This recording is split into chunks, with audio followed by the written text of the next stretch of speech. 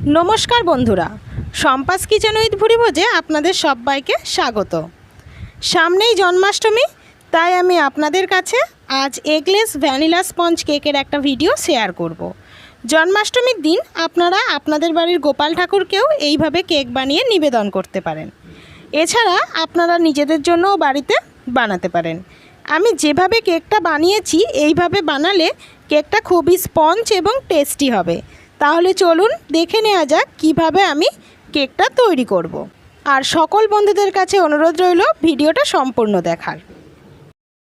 আমি এখানে কেক বানানোর জন্য বাটি মেপে নিয়েছি 1 বাটি চিনি, আর ওই বাটি মেপেই নিয়েছি 2 বাটি ময়দা।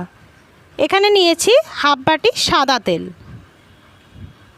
এখানে নিয়েছি ভ্যানিলা এসেন্স, নিয়েছি কিছু ড্রাই ফ্রুটস, কাজু আর কিশমিশ। এখানে নিয়েছি হাফ চামচ বেকিং পাউডার, হাফ চামচ বেকিং সোডা। আমি একটা বাটির মধ্যে ছাঁকনি বসিয়ে দিলাম। এবারে এর মধ্যে আমি ময়দাটা আস্তে আস্তে ঢেলে দেব। এবারে ময়দাটাকে আমি ভালো করে ছাঁকনির সাহায্যে ছেঁকে নেব।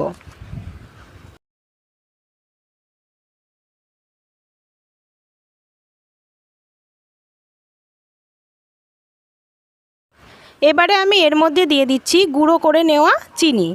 আমি যে 1 বাটি চিনিটা নিয়েছিলাম সেটা আমি একটা মিক্সিং বোলে গুঁড়ো করে নিয়েছি, সেটা এর মধ্যে দিয়ে দিলাম। এবারে এর মধ্যে আমি অ্যাড করছি বেকিং পাউডার আর বেকিং সোডা। এবারে দেব আমি মিল্ক পাউডার। আমি 3 চামচ মিল্ক পাউডার এর মধ্যে অ্যাড করলাম। এবারে সব কিছুকে একটু চেলে নেব।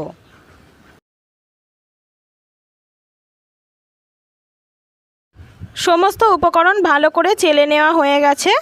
এবারে আমি একটা চামচের সাহায্যে সব কিছুকে ভালো করে একটু মিশিয়ে নেব। এখানে নিয়েছি আমি 1 বাটি দুধ। দুধের মধ্যে দিয়ে দিলাম 2 ফোঁটা মতো ভ্যানিলা এসেন্স। একটা চামচের সাহায্যে ভালো করে দুধের সঙ্গে মিশিয়ে নিলাম।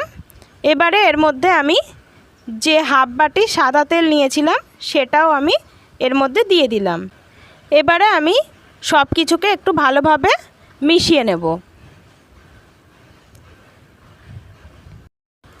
এবারে যে সমস্ত উপকরণগুলো আমি চেলে নিয়েছি তার মধ্যে অল্প অল্প করে এই দুধটা দিয়ে আমি ভালো করে একটা ব্যাটার বানিয়ে নেব। একবারে কিন্তু দুধটা দিয়ে দিলে হবে না, অল্প অল্প করে দুধ দিতে হবে আর আস্তে আস্তে করে কেকের ব্যাটারটা বানিয়ে নিতে হবে।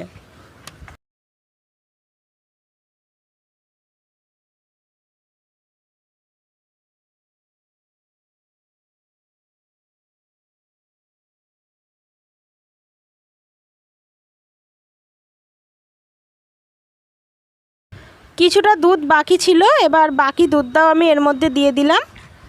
এবারে আবারও একটু আমি ভালো করে এটাকে ফেটিয়ে নেব।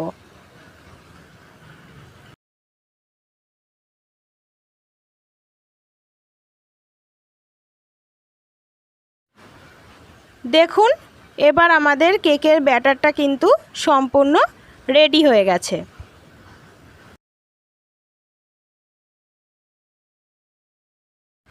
কেক বানানোর জন্য আমি একটা অ্যালুমিনিয়ামের বাটি নিয়েছি।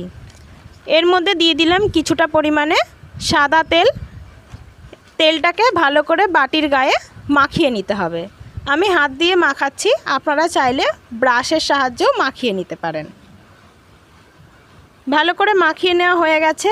এবারে আমি বাটির মাপের একটা কাগজ গোল করে কেটে রেখেছিলাম, সেটা আমি বাটির মধ্যে বসিয়ে দিচ্ছি। আপনারা বাটার পেপারও ব্যবহার করতে পারেন। ভালো করে বসিয়ে দেওয়া হয়ে গেছে। এবারে আমি আরেকটু তেল নিয়ে এই কাগজটার ওপরেও আমি তেলটা ভালো করে মাখিয়ে দেব।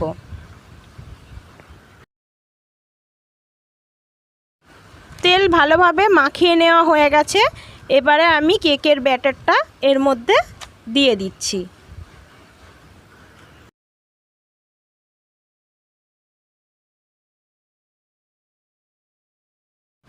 কেকের ব্যাটারটা দিয়ে দেওয়া হয়ে গেছে। এবার আমি একটু ট্যাপ করে নেব। ট্যাপ করা হয়ে গেছে। এবার আমি কেকটাকে কিছু ড্রাই ফ্রুটস দিয়ে সাজিয়ে দেব। আমি কাজু কিশমিশ দিয়েই সাজাচ্ছি, আপনারা চাইলে আরও অন্যান্য ড্রাই ফ্রুটস কিন্তু এতে অ্যাড করতে পারেন।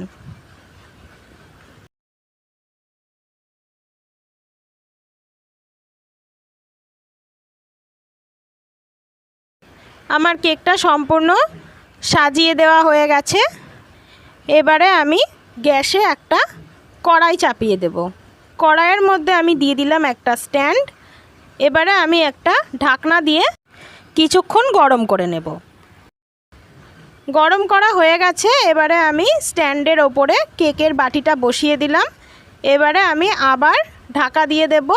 ঢাকা দিয়ে আমি প্রায় 30 মিনিট থেকে 45 মিনিট অবধি অপেক্ষা করব কেকটা রেডি হওয়ার জন্য। গ্যাসটা কিন্তু লো ফ্লেমে রাখতে হবে। দেখুন আমি কিন্তু 55 মিনিট পর ফিরে এলাম।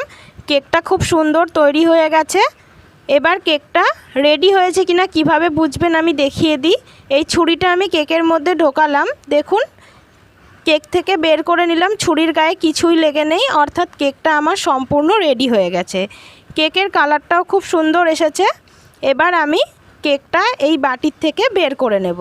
আমি একটা ছুরির সাহায্যে কেকের সাইডগুলো ভালো করে একটু ছাড়িয়ে নিচ্ছি যাতে কেকটা সহজেই বেরিয়ে আসে। আমি একটা ট্রে এর ওপর চাপা দিলাম। এবারে আমি বাটিটা উল্টে দিলাম। দেখুন বাটিটা কিন্তু তুললাম আর কেকটা বেরিয়ে এলো। কেকটা খুব সুন্দর তৈরি হয়েছে। বাটিতে কিন্তু একটুও লাগেনি বা কেকের পেছন সাইডটা পুড়েও যায়নি। দেখুন কাগজটা আমি তুলে নিচ্ছি। আপনারাও বাড়িতে এইভাবে কেক বানান, আর কেমন হলো অবশ্যই আমাকে কমেন্ট করে জানাবেন।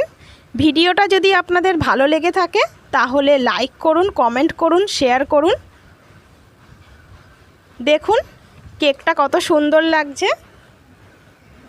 আর যে সকল বন্ধুরা এখনও পর্যন্ত আমার চ্যানেলটা সাবস্ক্রাইব করেননি তারা প্লিজ আমার চ্যানেলটা একটু সাবস্ক্রাইব করে দেবেন। আমি প্রত্যেক দিন আরও নতুন নতুন রান্নার ভিডিও নিয়ে আপনাদের সামনে হাজির হব। সবাই ভালো থাকবেন, সুস্থ থাকবেন। নমস্কার।